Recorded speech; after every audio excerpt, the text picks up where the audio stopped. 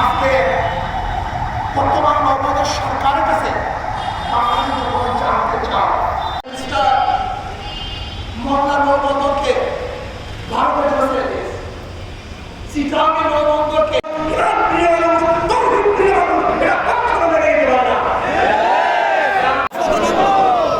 আল্লাহ হাবিব বলছে তোমরা যদি আমার প্রকৃত উম্মত হও তাহলে জালেম সরকারের বিরোধিতা করবে এই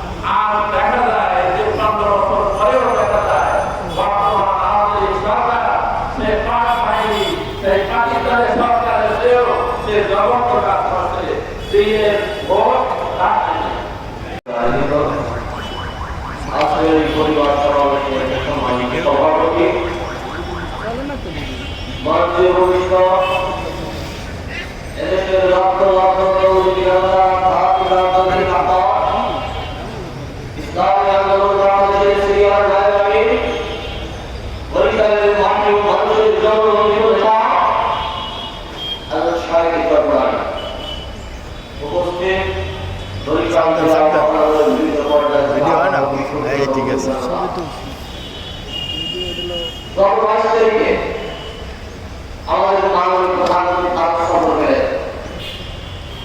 আমরা বুক ভরা নিয়ে তাকিয়েছিলাম উনি দেশের জন্য কিছু করবেন, উনি পৃষ্ঠা সমস্যার সমাধান।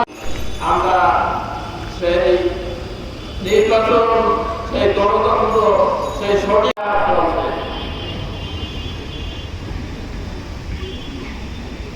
ট্রানজিটের নামে এই দেশকে সরকার সিটি মডার্ন বানাবার প্রচেষ্টা করছে।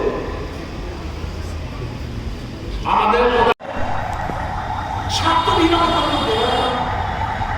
আজকে বর্তমান বাংলাদেশ সরকারের কাছে জানতে চাও পদ্মা সেতু কথা আমরা বুঝতে পারছি, আমরা সবাই জানি এত আগে গেছে ঈদের মধ্যে, এত আগে গেছে এত দিনের মধ্যে।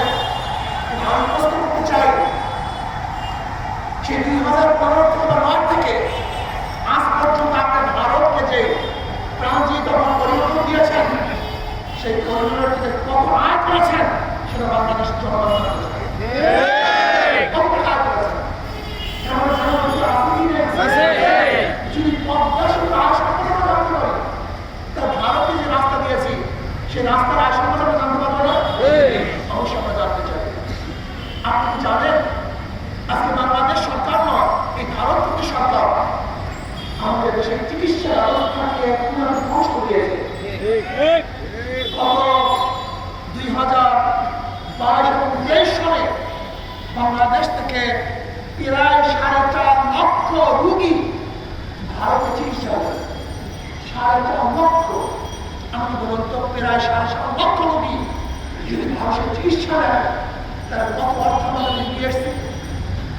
আজকে বাণিজ্যিক চুক্তি আমি বুঝতে করতে চাই, আমি জানতে চাই এই বাণিজ্য চুক্তির মাধ্যমে আমাদের সিরাজ সাহেব যে ইঙ্গিত দিয়েছেন যে 26 কোটি মার্কিন ডলার আয় হয়েছে, 26 বিলিয়ন মার্কিন ডলার যেখানে বিনিময় হয়েছে, তার মধ্যে ভারত পেয়েছে 24 বিলিয়ন ডলার আর আমরা পেয়েছি মাত্র 2 বিলিয়ন।